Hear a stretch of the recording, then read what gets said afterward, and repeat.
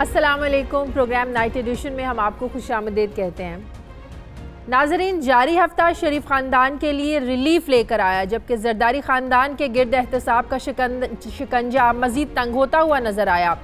کیا شریف خاندان کو ریلیف کی اصل وجہ نون لیگ کا نواز شریف کے بیانیے سے دور ہٹنا ہے؟ نون لیگ کا نیا سیاسی بیانیہ کیا ہوگا؟ اس پر پروگرام کے پہلے حصے میں بات کریں گے.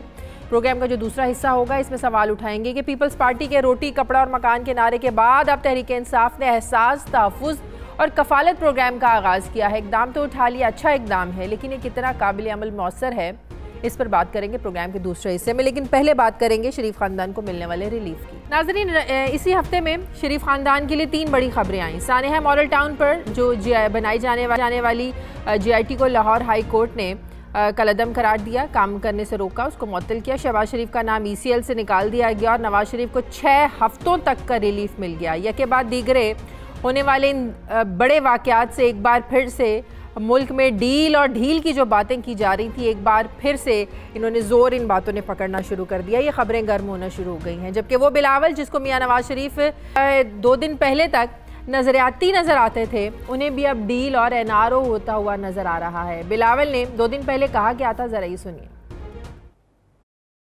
میاں صاحب نے خود کہا ہے کہ وہ اب نظریاتی بن گیا ہے اور نظریاتی کمٹمنٹ کے ساتھ انشاءاللہ تعالی سیاسی جدوجہد اپنا جاری رہے گا. obviously بیمار تو ہے، لیکن مجھے کوئی اندازہ I had no impression, I got no inkling کہ کوئی ڈیل ہوا یا میاں صاحب کوئی کمپرومائز ہونے کے لیے تیار ہے. میاں صاحب اپنے پرنسپلز پہ قائم ہے اور انشاءاللہ تعالی نون لیگ بھی اپنے پرنسپلز پہ قائم ہے. خان صاحب نے کہا میں کسی کو NRO نہیں دوں گا. میں مبارکباد دیتا ہوں میاں نواز شریف صاحب کو کہ ہیومینیٹیرین گراؤنڈز پہ وہ اب اپنا علاج کروا رہا ہے. خان صاحب نے کہا میں NRO نہیں دوں گا. میں مبارکباد دیتا ہوں شہباز شریف صاحب کو کہ اس کا نام ECL سے ہٹ گیا. یہ کیسے کا وزیر اعظم ہے، یو ٹرن لیتا ہے. ہمیں سمجھ یہ نہیں آ رہی کہ یو ٹرن کس نے لیا ہے. عمران خان نے لیا ہے یا بلاول بھٹو نے لیا ہے؟ بلاول بھٹو کو یہ NRO کیوں نظر آ رہا ہے؟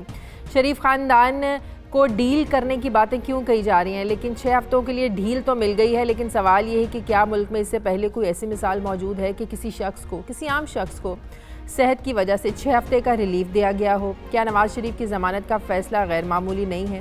ایون فیلڈ کیس میں نواز شریف کو 69 روزہ جیل کے بعد ضمانت مل گئی، جبکہ العزیزیہ میں 92 دنوں کی جیل کے بعد ضمانت مل گئی. کیا وجہ ہے کہ بڑے ناموں کی ضمانتیں بھی بڑی جلدی ہو جاتی ہیں، لیکن عام اور جو بے نام لوگ ہوتے ہیں ساری زندگی بے گناہی جیلوں میں پڑے رہتے ہیں اور ان کے مرنے کے بعد فیصلے آتے ہیں کہ ان کا تو کوئی قصور ہی نہیں تھا؟ آخر یہ ہو کیا رہا ہے ہمارے نظام میں؟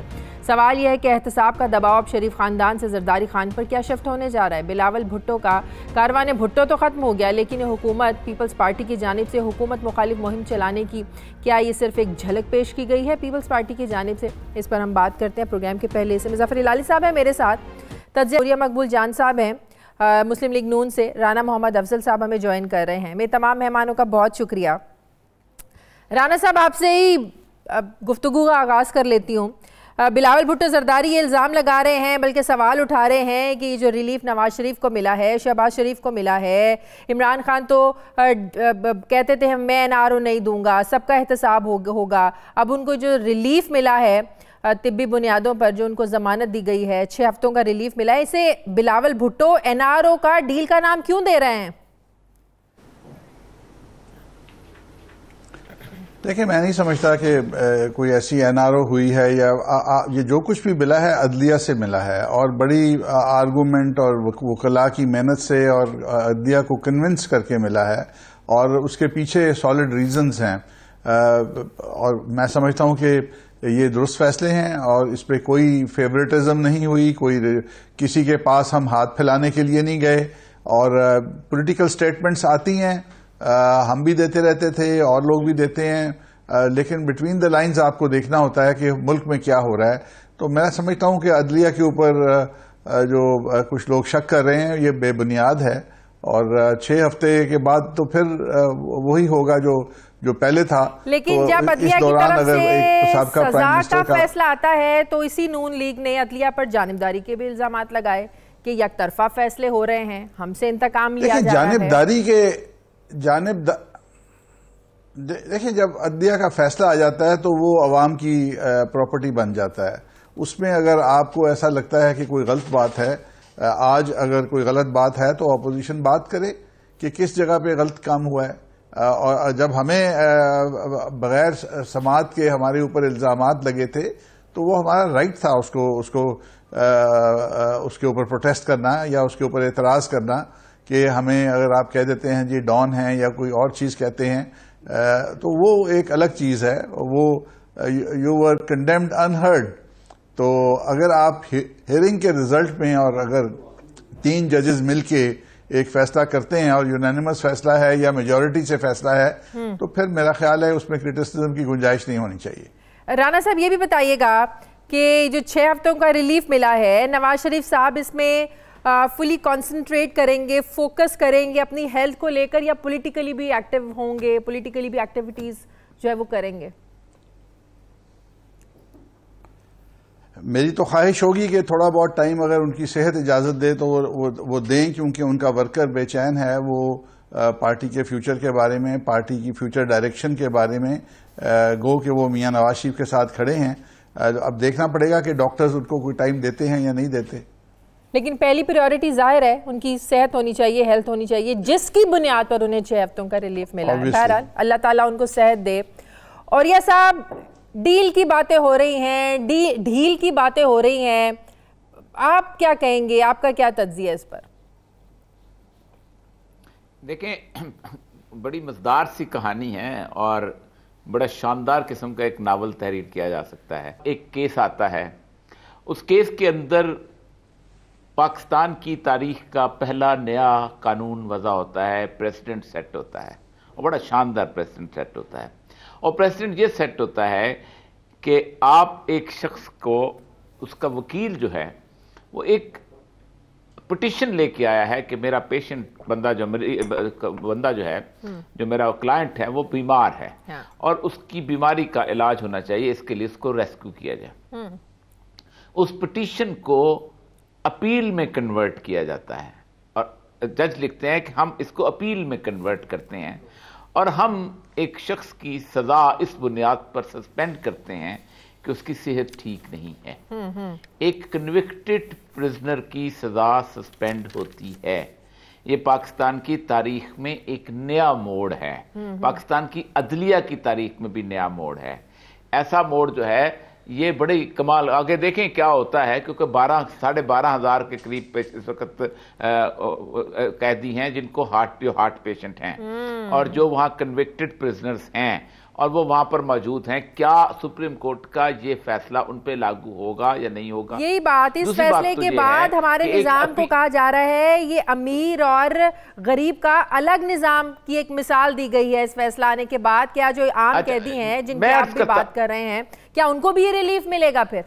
میں عرض کرتا ہوں دیکھیں دوسری چیز جو ہے, میں اس کو تھوڑا سا لیگلی ہم ڈسکس کر لیتے ہیں نا, کہ پاکستان کی تاریخ کے اندر یہ بالکل جسے کہتے ہیں نیا ہوا ہے, کیونکہ اس کی بنیادی وجہ یہ ہے کہ جس وقت ایک آدمی قید کاٹ رہا ہوتا ہے ایز اے کنوکٹڈ پرزنر تو اس کا سب سے پہلا کام یہ ہوتا ہے کہ اس کے فنڈامنٹل رائٹس جو ہیں سسپینڈ ہو جاتے ہیں. یس, اس کا رائٹ آف موومنٹ سسپینڈ ہو جاتا ہے, وہ باہر نہیں جا سکتا.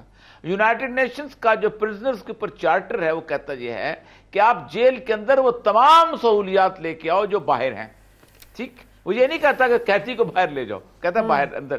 ٹھیک, آپ کا رائٹ آف اسمبلی ختم ہو جاتا ہے, آپ رائٹ آف اسپیچ ختم ہو جاتا ہے, آپ کا رائٹ آف موومنٹ ختم ہو جاتا ہے, آپ کو پرزنز مینول گورن کرتا ہے. ٹھیک, اور گورننس کو ہم نے بریک کر دیا کہ نہیں ہمیں.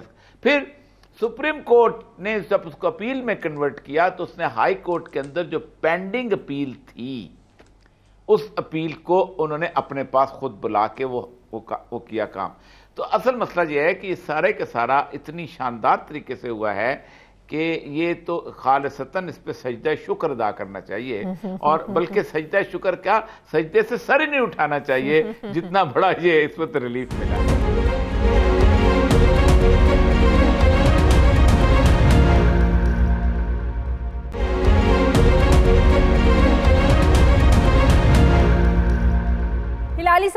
یہ جو تاثر تھا کہ نون لیگ پر بھی دباؤ ہے, پیپلز پارٹی پر بھی دباؤ ہے, اچھا اگر اب یہ دونوں اکٹھے ہو جاتے ہیں تو بہت بڑا ایک چیلنج ہو سکتا ہے حکومت کو, اور زیادہ ٹف ٹائم مل سکتا ہے. اب ایک طرف نون لیگ کو تو مل گیا ریلیف, لیکن ایک جو کیسز کی اور ٹینشن کی جو تلوار لٹک رہی ہے وہ برقرار ہے پاکستان پیپلز پارٹی پر.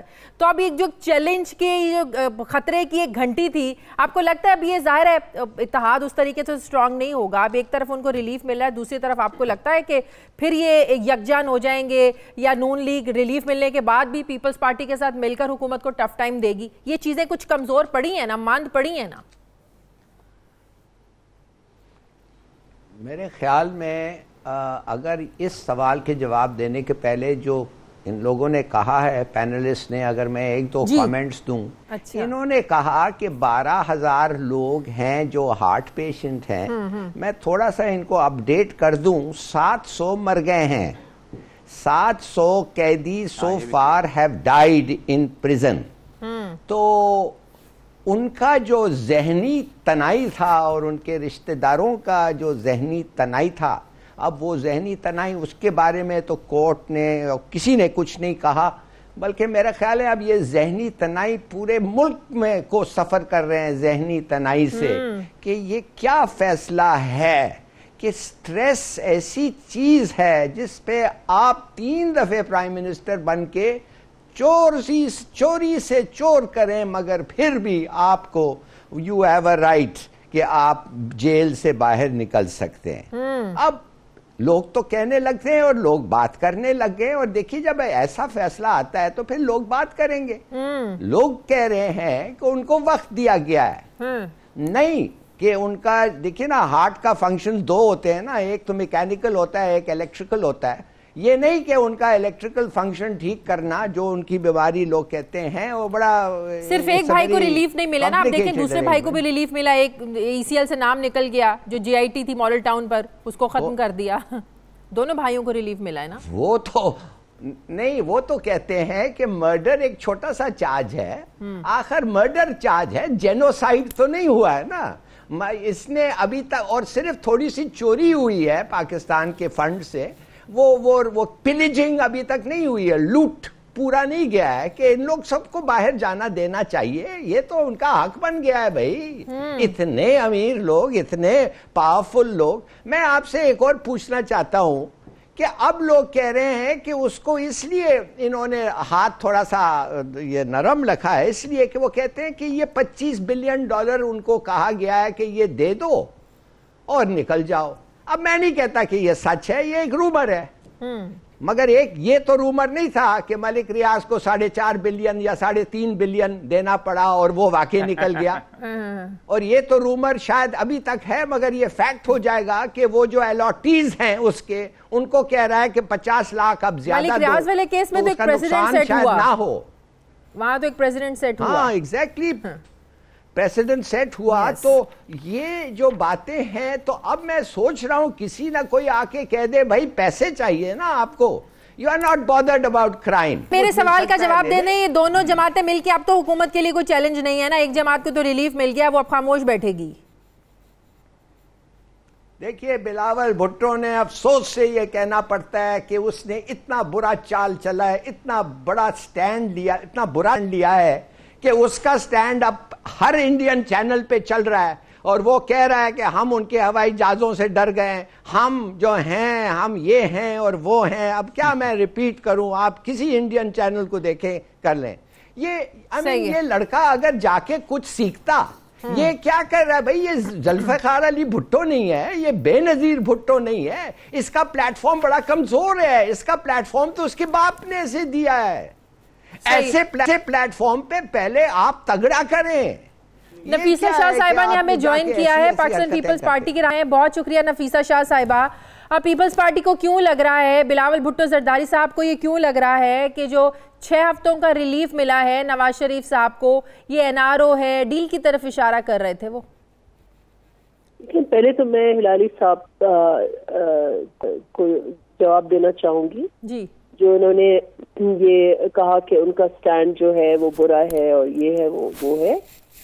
پہلی بات تو یہ ہے کہ بلاول بھٹو زرداری کا یہ کنسسٹنٹ سٹینڈ ہے, یہ آج انہوں نے نہیں کہا، کل نہیں کہا تھا، یہ کب سے کہہ رہے ہیں، کیونکہ ان کی میموری جو ہے، جو ان کی مدر کی شہادت ہوئی محترمہ بے نظیر بھٹو کی، وہ بھی انہی ملیٹنٹ آؤٹ فٹس جو ہے بظاہر انہی کی طرف سے حملے ہوئے ہیں. اکھوڑا خٹک سے کئی اسٹوڈنٹس جو ہیں وہ آئے ہیں شاگرد، وہ انوالو تھے اس میں. اور بھی قوتیں تھیں جن کا انہوں نے خود بھی ذکر کیا ہے اور وہ اکیوز بھی ہے.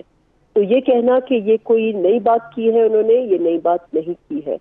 دوسری بات یہ ہے کہ اے پی ایس کے واقعے کے بعد ایک نیشنل بیانیہ جو ہے وہ تشکیل دیا گیا تھا نیشنل ایکشن پلان کی صورت میں، اور اس میں ایک نقطہ یہ تھا کہ بینڈ آؤٹ فٹس جو ہیں ان کو اس قسم کی ملیٹنٹ آؤٹ فٹس کو بین بھی کیا جائے گا، ان کے اوپر کارروائی بھی کی جائے گی، اور نہ صرف ان کے لیکن ان کے فیسیلیٹیٹرز، یہ پہلی دفعہ یہ آرٹیکولیٹ ہوا کہ جو فیسیلیٹیٹرز ہیں ان کے اوپر بھی ایکشن ہوگا. اس کے نتیجے میں 70 تنظیمیں جو ہیں وہ بین ہوئی، اس سے زائد بین ہوئی، اور اسی وقت کارروائیاں شروع ہوئی تھیں. ان تنظیموں میں ٹی ٹی پی بھی ہے، ہمارے بچوں کو شہید کیا ہے. تو کیا انہوں نے غلط بات کی ہے؟ کیوں اتنا تھرتھلا مچا ہوا ہے؟ مجھے تو سمجھ میں نہیں آئی. کہ بہت لاجیکل بات کی ہے، صرف انہوں نے عمران خان کی نیت کو چیلنج کیا ہے کہ بھئی آپ کے رینکس میں ایسے لوگ ہیں جو فیسیلیٹیٹرز ہیں یا ان کی سمپتیز ہیں، ڈائریکٹ یا انڈائریکٹ. آپ اپنے پہلے کلیئر یور اون ہاؤس. جی ہاں، جن لوگوں کی طرف وہ اشارہ کر رہے تھے عمران خان، میں آپ کو کتنی ریکارڈنگ سناؤں؟ بھائی میں یہ نہیں کہہ رہا، جس سے میں نہیں کہہ رہا، خدا کے لیے اگر انڈیا پڑوس کوئی چیز آؤٹ آف کانٹیکٹ بلو کرتی ہے، آپ اس میں کیوں کود پڑتے ہیں؟ چلیں اب ہم اپنے سوال کی میرے سوال کی طرف واپس آ جائیں. ہم ڈسکشن کو کہیں اور لے کر جا رہے ہیں. یہ ڈیل کیوں لگ رہی ہے پیپلز پارٹی کو نواز شریف صاحب کی 6 ہفتوں کی ضمانت؟ ہم تو یہ نہیں کہہ رہے، ساری دنیا یہ کہہ رہی ہے، میڈیا کہہ رہی ہے، آپ ان سے پوچھیں. ڈیل وہ تو ٹائم بتائے گا کہ ڈیل ہے یا نہیں ہے. دیکھیں ہم نے تو پہلے یہ ضرور کہا کہ میاں صاحب 3 دفعہ پرائم منسٹر بن چکے ہیں، تو ان کے ساتھ آپ کو ان کو سمپیتھیٹکلی ان کو ٹریٹمنٹ یا علاج کرانا چاہیے. لیکن شکوک اب جب علاج کے لیے ملا، ان کو ٹائم ملا، تو آپ لوگ اس کو کہہ رہے ہیں کہ ڈیل ہو گئی. نہیں وہ مطلب اس میں کوئی خرابی نہیں ہے اگر ملا ہے، لیکن لوگ یہ کہہ رہے ہیں، میڈیا یہ کہہ رہی ہے کہ کیا اس میں بات چیت کوئی ہوئی ہے، ڈائلاگ ہوا ہے. یہ تو بلاول بھٹو بھی کہہ رہے ہیں نا کہ انار ہو گیا ہے. ہم تو اس لیے پی ٹی آئی کو تنقید کر رہے ہیں. ہمیں تو کوئی اعتراض نہیں ہے کہ یہ رہا ہوئی ہے، اچھی بات ہوئی ہے. لیکن وہ جماعت جو تسلسل سے یہ کہہ رہی تھی، زبردست انداز میں یہ کہہ رہی تھی کہ ہم نہ ڈیل دیں گے نہ ڈھیل دیں گے. لیکن پی ٹی آئی پر تنقید کرنے سے پہلے یہ سوچیں فیصلہ تو عدلیہ کا ہے نا، فیصلہ تو عدلیہ کا ہے. زبردست سے کہہ رہے تھے کہ ہم این آر او نہیں دیں گے، تو فیصلہ تو عدلیہ نے دیا ہے نا. تو یہ دیکھیں نا، آپ لوگ تنقید کس پر کر رہے ہیں؟ پی ٹی آئی پر تنقید کرنے سے پہلے یہ سوچیں فیصلہ آیا کہاں سے؟ ہماری عدالتوں نے فیصلہ دیا ہے. چیلنج کرے گی اس کو؟ کیا پی ٹی آئی اس کو چیلنج کرے گی؟ کہتے ہیں جو عدالت کا فیصلہ ہم اس کو قبول کریں گے. اعتراض ہو سکتا ہے لیکن فیصلے کو کیوں نہیں چیلنج؟ جب دیکھیں یہ تو ان کا دعویٰ ہے کہ ہم این آر او نہیں دیں گے، تو کیوں نہیں چیلنج؟ اب وہ چیلنج کرے، پھر ہم دیکھتے ہیں. اگر آپ کو لگتا ہے کہ ڈھیل این آر او آپ بھی چیلنج کر سکتے ہیں. جو لوگ نہیں، ہم تو دیکھیں وی آر کوسچننگ، کوئی کیٹیگوریکلی تو ہم نے نہیں کہا. کوسچن اس لیے کہ پھر آنے والا وقت بتائے. دوسرا یہ جو سائلنس ہے ان کی لیڈرشپ کی طرف سے، جو ایک سیلف سینسرشپ ہے، یہ تو اب سے نہیں، یہ تو ابھی رہا ہوئے ہیں. اور ہم تو چاہتے تھے کہ میاں صاحب کو ایٹ لیسٹ ہیلتھ کے پرسپیکٹو سے ان کو علاج جو ہے وہ اچھی جگہ ہونی چاہیے. لیکن کئی ماہ سے یہ تو کانٹراسٹ لوگ کر رہے تھے کہ الیکشن کے دوران اس سے پہلے کیا باتیں ہو رہی تھیں اور پھر ایک سائلنس تھا. تو کیا اس میں لوگ پوچھ رہے ہیں، آپ بھی پوچھ رہے ہیں، میڈیا پوچھ رہی ہے اور جماعتیں پوچھ رہی ہیں کہ کیا اس میں کوئی بات چیت تو نہیں ہوئی؟ جب نون لیگ پچھلے 2 سالوں میں مشکل میں تھی تو پیپل پارٹی بھی خاموش تھی. سینٹ میں کس طرح سے صادق سنجرانی صاحب کو چیئرمین سینٹ بنایا، یہ بھی کسی سے ڈھکا چھپا نہیں ہے.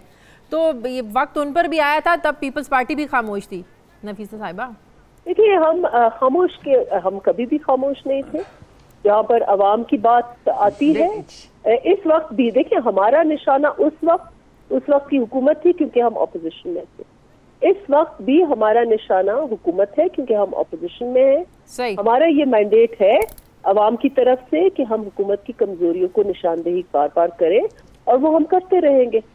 صحیح, ٹھیک ہے, بہت شکریہ نفیسہ شاہ صاحبہ. یہ ڈیل ہو یا ڈھیل یہ تو سوال ایک طرف, لیکن رانا صاحب بریک پر جانے سے پہلے میں آپ سے ایک آخری سوال کرنا چاہتی ہوں. کل کو اگر آپ لوگوں کی حکومت آتی ہے تو کیا آپ اپنے حکومت میں اس پر فوکس کریں گے امیر اور غریب کے لیے ایک نظام لے کر آئیں گے جس طرح آج نواز شریف صاحب کو طبی بنیادوں پر ضمانت ملی ہے کہ وہ اپنا علاج کروا سکے؟ پھر تو ہر عام شہری کے لیے, ہر عام قیدی کے لیے یہ اصول ہونا چاہیے. یہ اگر پریسیڈنٹ آپ پر سیٹ ہوا ہے تو آپ کو پھر عام لوگوں پر بھی یہ سیٹ کرنا چاہیے. دیکھیں میرا خیال ہے یہ جو آپ امیر اور غریب کی بات کر رہے ہیں, غریب آلریڈی پاکستان میں بڑا پسا ہوا ہے اور وہ باہر نکلنے کے لیے تیار ہے. آپ پاکستان میں کوئی نیا ہنگامہ نہ کھڑا کروا دیجئے گا. دوسری بات مجھے بڑا دکھ ہوا یہ سن کے کہ وہاں پہ غریب لوگ, میری بات سن رہے ہیں اب آپ جی, مجھے بڑا دکھ ہوا یہ سن کے کہ جی اتنے ہزار لوگ مر گئے, اتنے ہزار وہاں ہارٹ پیشنٹ ہیں. بالکل اگر یہ فیصلہ آیا ہے اور ان سارے مریضوں کو کوئی ریلیف ملتا ہے تو اپریشیٹ کرنا چاہیے, بجائے اس کے کہ یہ کہنا کہ جی.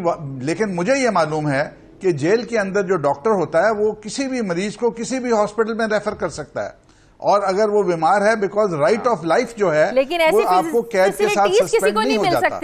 ایسی فیسیلیٹیشن کسی کو نہیں مل سکتی. کیوں نہیں مل سکتی؟ ساتھ میڈیکل بورڈ کہیں نہیں بن سکتے, کسی عام قیدی کے لیے نہیں بن سکتے.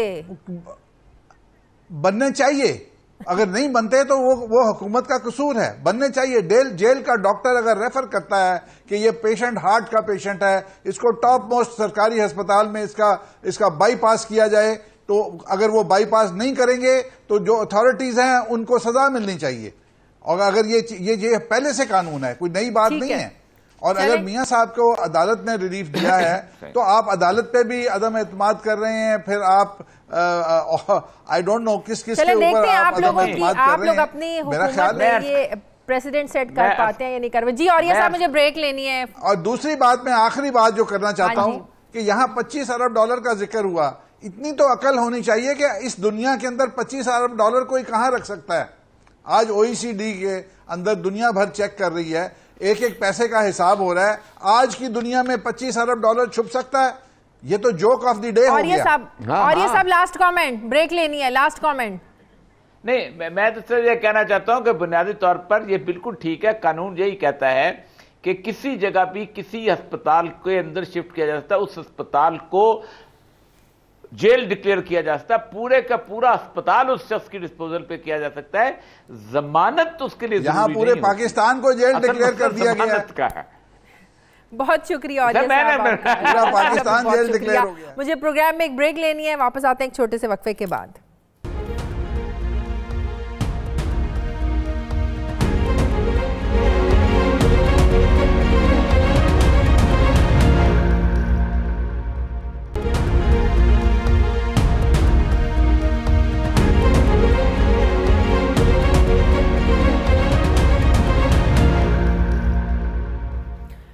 ناظرین, پاکستان کو فلاحی ریاست بنانے کے لیے وزیر اعظم عمران خان نے پہلے شیلٹر ہوم کا آغاز کیا, پھر صحت کارڈز دیے گئے, غربت مٹاؤ پروگرام کا اجرا کیا گیا, جبکہ کل 50 لاکھ گھروں کی تعمیر کے منصوبے کے آغاز کا بھی کل پرائم منسٹر صاحب نے اعلان کیا. یہ تمام اقدامات اپنی جگہ بہت درست ہیں, بڑے اچھے ہیں, زبردست ہیں, ٹھیک ہیں. لیکن دوسری طرف اگر پچھلے 7 مہینوں میں دیکھا جائے, ملک میں مہنگائی ہوئی, بہت زیادہ اضافہ ہوا, بجلی گیس کی قیمتیں بڑھیں اور کئی گنا اضافہ ہوا.